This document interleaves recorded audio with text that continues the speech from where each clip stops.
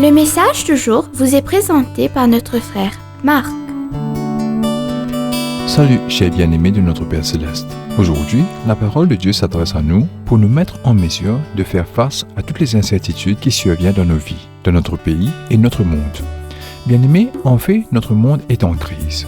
La guerre en Ukraine, accompagnée de tous ces dommages collatéraux, tels que les problèmes économiques, financiers, de distribution de ressources, de sécurité alimentaire associés aux troubles sociaux, migratoires et politiques partout, a laissé toutes les nations du monde sans voix avec une question qui hante leurs esprits.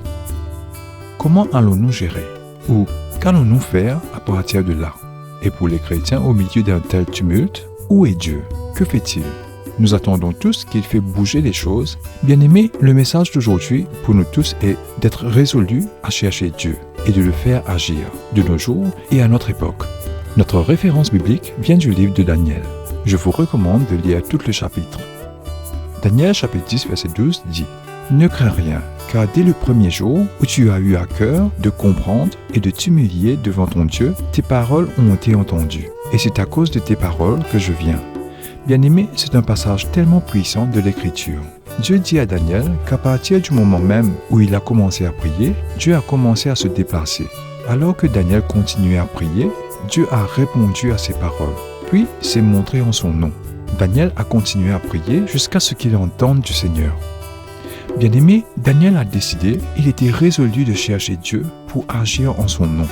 Le verset de Job chapitre 22 verset 28 résonne ici dans mon cœur. Vous décidez une affaire et elle vous sera établie. Nous écoutons Dieu.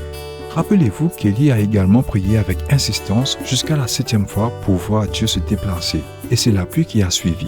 J'espère que vous vous souvenez encore que nous avons couvert ce problème dans 3 messages récemment. Daniel avait un problème. Pendant 3 semaines, il était triste et ne mangeait pas et ne pouvait pas comprendre cette vision. Dans Daniel chapitre 10 verset 2 à 9. Nous aussi aujourd'hui, nous avons tellement de problèmes. Examinons maintenant attentivement quelques parties de cette écriture qui nous encouragent à aller de l'avant dans nos résolutions. N'ayez pas peur, bien-aimés. Oh, comme nous avons besoin d'entendre ces mots aujourd'hui.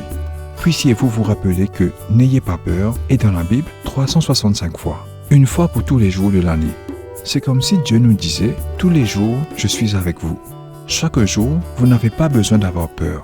Croyez en moi. » Bien-aimés, nous n'avons pas besoin d'avoir peur. Non parce que nous ne rencontrons jamais de problèmes, de difficultés ou de défis, mais à cause de ce qui est notre Dieu. Il peut gérer ce que nous ne pouvons pas à notre niveau. Il est toujours avec nous. Bien-aimés, vous n'avez pas besoin d'avoir peur aujourd'hui. Et vous pouvez avoir confiance que des bonnes choses vous arrivent toujours par la grâce de Dieu. Veuillez lire le psaume chapitre 23 verset 6, Romains chapitre 8 verset 28 et Jérémie chapitre 29 verset 11. L'avenir est toujours lumineux et plein d'espoir pour les enfants de Dieu. Nous continuerons demain.